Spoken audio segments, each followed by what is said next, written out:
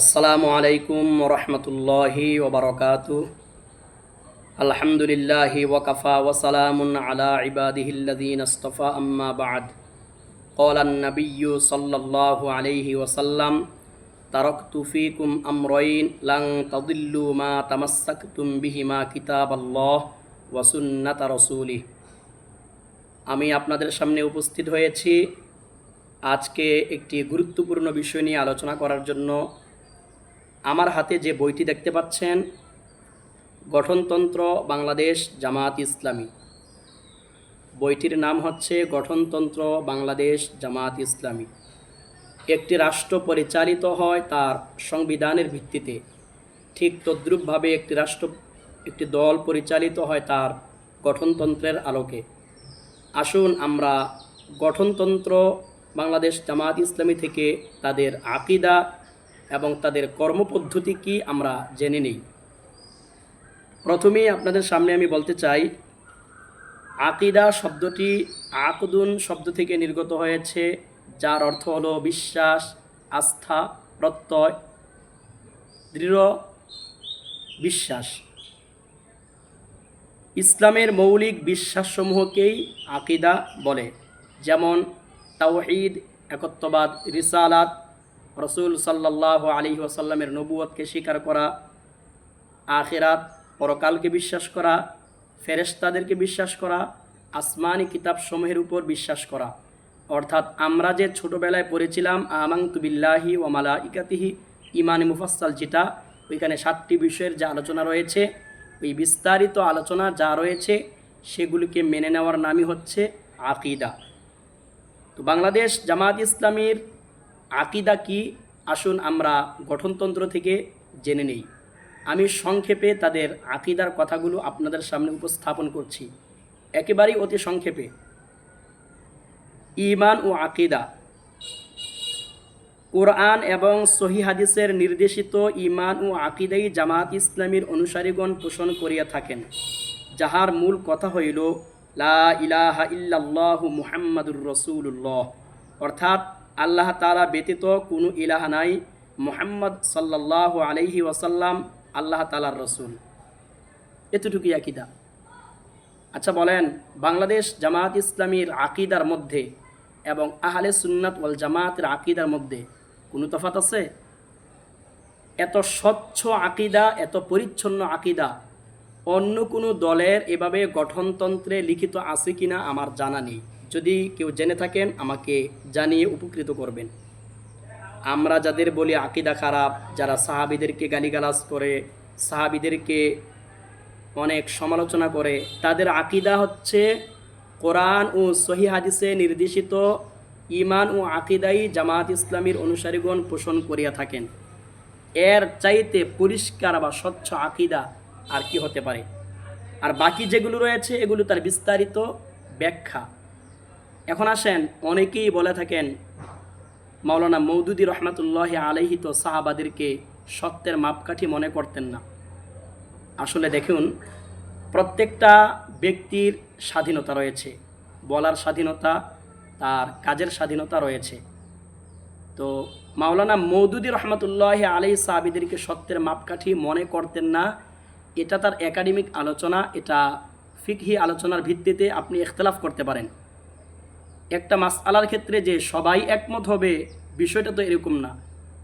যদি একমত হতো তাহলে তো দুনিয়ার মধ্যে 4 মাযহাব টিকতো না, বা আরও অনেক মাযহাব ছিল, শত শত মাযহাব ছিল, সেগুলো অস্তিত্ব আমরা পাইতাম না।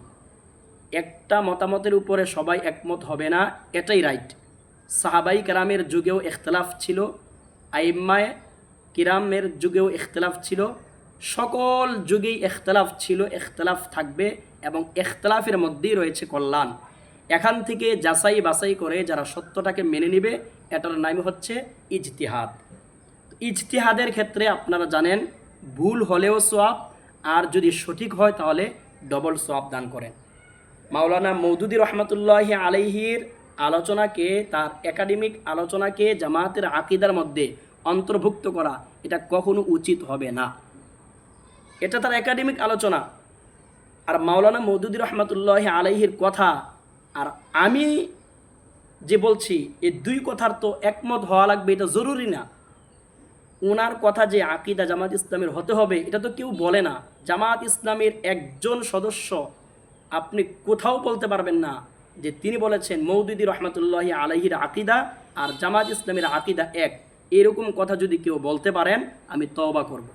একজন মানুষ এরকম বলে নাই জামাত ইসলামীর মৌদুদি যা বলেছেন তাই সঠিক, এ কথা কেউ বলে নাই। আমরা যারা জামাত ইসলামী করি, আমরাও মনে করি মাওলানা মওদুদি রহমতুল্লাহি আলাইহি একজন মানুষ ছিলেন। তার কথায় অনেক লিখনিতে, যেহেতু তিনি একজন কলামিস্ট ছিলেন, লেখক ছিলেন, তার অনেক লেখার মধ্যে অনেক ভুল ত্রুটি আছে। এটা আমরা বিশ্বাস করেই তার যেগুলো ভালো আছে সেগুলিকে আমরা গ্রহণ করি। তার ভুলগুলো আমরা জামাত ইসলামী যারা করি কোনো দিন বলি নাই আমরা সেগুলিকে সমর্থন করি। এজন্য মাওলানা মওদুদি রহমতুল্লাহি আলাইহির কিছু ইখতলাফি বিষয়কে জামাত ইসলামীর উপর চাপিয়ে দেওয়া বা তাদের আকিদার সাথে মিশ্রণ করে দেওয়া, এটা আমি মনে করি অত্যন্ত একটি গর্হিত কাজ। এবার আসুন, বাংলাদেশ জামাত ইসলামীর একজন মেম্বার বা সদস্য রুকন হতে গেলে তার কি কি শর্ত আমরা জেনে নেই। আমরা অনেকেই সমালোচনা করি, আসুন তাদের মতো এরকম স্যাক্রিফাইস করে বাংলাদেশ জামাত ইসলামীর যারা করেন, তারা যে ত্যাগ তিতিক্ষা জুলুম নির্যাতন সহ্য করে ইসলামের জন্য যে দল করেন, এই তাদের কিছু শর্ত আমরা জেনে নিই। বাংলাদেশ জামাত ইসলামীর রুকন বা সদস্য হওয়ার শর্তাবলী। বাংলাদেশের যে কোনো সুস্থ বিবেক বুদ্ধিসম্পন্ন ও প্রাপ্তবয়স্ক নরনারী এই জামাতের সদস্য রুকন হইতে পারবেন যদি তিনি নিম্নের 6টি শর্ত মানিয়া চলেন। নাম্বার 1, ব্যক্তিগত জীবনে ফরজ ও ওয়াজিব সমূহ আদায় করেন এবং কবিরা গুনাহ হইতে বিরত থাকেন। নাম্বার 2, উপার্জনের এমন কোনো পন্থা অবলম্বন না করেন যাহা আল্লাহ তাআলার নাফরমানির পর্যায়ে পড়ে। নাম্বার 3, হারাম পথে অর্জিত কিংবা হকদারের হক নষ্ট করা কোনো সম্পদ বা সম্পত্তি তাহার দখলে থাকিলে তাহা পরিত্যাগ করেন বা হকদারের হক ফেরত দেন। নাম্বার 4, মৌলিক মানবীয় যোগ্যতা অর্জনের বিচারে আবশ্যব্যঞ্জক অবস্থানে রয়েছেন। নাম্বার 5, এমন কোনো পার্টি বা প্রতিষ্ঠানের সহিত সম্পর্ক না রাখেন যাহার মূলনীতি, উদ্দেশ্য ও লক্ষ্য ইসলামের ঈমান ও আকিদা এবং বাংলাদেশ জামাত ইসলামীর উদ্দেশ্য ও লক্ষ্য এবং কর্মনীতির পরিপন্থী। নাম্বার 6, জামায়াতের সাংগঠনিক দায়িত্বশীলগণের দৃষ্টিতে সদস্য অর্থাৎ রুকন হওয়ার যোগ্য বিবেচিত হইবেন। এই যে 6টা শর্ত এখানে বলা হয়েছে, জামায়াত ইসলামীর একজন রুকন বা সদস্য হতে গেলে এই 6টি শর্ত তাকে মেনে নিতে হয়। আপনাকে আমি চ্যালেঞ্জ করলাম, একজন জামায়াত ইসলামীর সদস্য যে তার ভাইয়ের বা বোনের বা যে কারো হক মেরে খেয়েছে বা দখল করে রেখেছে, এমন একজন সদস্যের যদি আপনি তালিকা দিতে পারেন, জামায়াত ইসলামী তৎক্ষণাৎ তাকে বহিষ্কার করবে। আমার নিজের একটা বিমার অ্যাকাউন্ট ছিল,